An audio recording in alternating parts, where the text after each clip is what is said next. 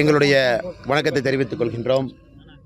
பல்லடம் பகுதியில் மாதாப்பூரில் பாரத நரேந்திர மோடி ஐயா அவர்கள் 27ஆம் தேதி மத்தியானம் 12 மணிக்கு மேலே வர இருக்கிறாங்க.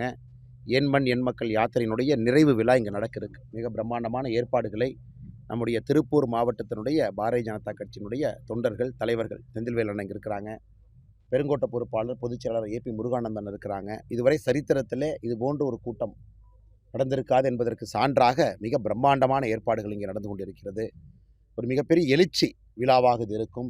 குறிப்பாக 234 தொகுதிகளுக்கும் சென்று முடிந்திருக்கக்கூடிய என் மண் என் மக்கள் யாத்திரையினுடைய நிறைவு விழா தமிழகத்தினுடைய அரசியல் மாற்றங்களிலே ஒரு மிக முக்கிய மாற்றமாக இருக்கும். இதுவரை 1947க்கு பிறகு எத்தனையோ மாற்றங்கள் இருந்தாலும் கூட இந்த யாத்திரை நிறைவு விழா என்பது ஒரு மிக முக்கியமான மாற்றத்தை அளிக்கும் என்கின்ற நம்பிக்கை எங்களுக்கு இருக்குது. பிரதமர் அவர்கள் இங்கே வந்துட்டு அதன் பிறகு மறுபடியும் 2 நாட்கள் தமிழகத்தில் இருக்காங்க. 27ஆம் தேதி இங்கே இருக்கிறாங்க, 28ஆம் தேதி இங்கே இருக்கிறாங்க. 2 நாட்கள் தமிழகத்திற்காக கொடுத்துருக்குறாங்க. அதனால் தமிழ்நாடு முழுவதுமே நம்முடைய தொண்டர்கள் வர இருக்கிறாங்க. குறிப்பாக கொங்கு பகுதியில் அதிகமாக தொண்டர்கள், ஏன்னா இந்த பகுதியில் விழா நடைபெற இருக்கிறது. கோயம்புத்தூர் பாராளுமன்ற தொகுதிக்குள்ளே அது வருது. பல்லடம் சட்டப்பேரவை தொகுதியில் இந்த விழா நடக்க இருக்கிறது.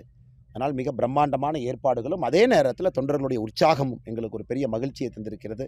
வந்திருக்கக்கூடிய பத்திரிகை நண்பர்களுக்கும் வணக்கத்தை நன்றிகளை தெரிவித்துக் கொள்கின்றேன். 34 தொகுதியிலும் சுற்றுப்பயணம் மேற்கொண்ட அண்ணாமலை இன்னைக்கு பல்லடத்துல இந்த நிவர்த்தி செய்யறதுக்கான காரணம் என்னவா பார்க்கலாம்?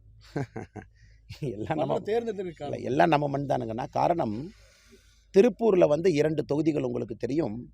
உயர் திரு பங்கார் அடிகளார் அவர்கள் இறைவனடி சேர்ந்த பொழுது திருப்பூர் நடக்கிற இந்த யாத்திரை ஒத்தி வைக்கப்பட்டது. பாதகம் செய்பவரை கண்டால் நாம் பயங்கொள்ளலாகாது பாப்பா, மோதி மிதித்து விடு பாப்பா, அவர் முகத்தில் உமிழ்ந்து விடு பாப்பா.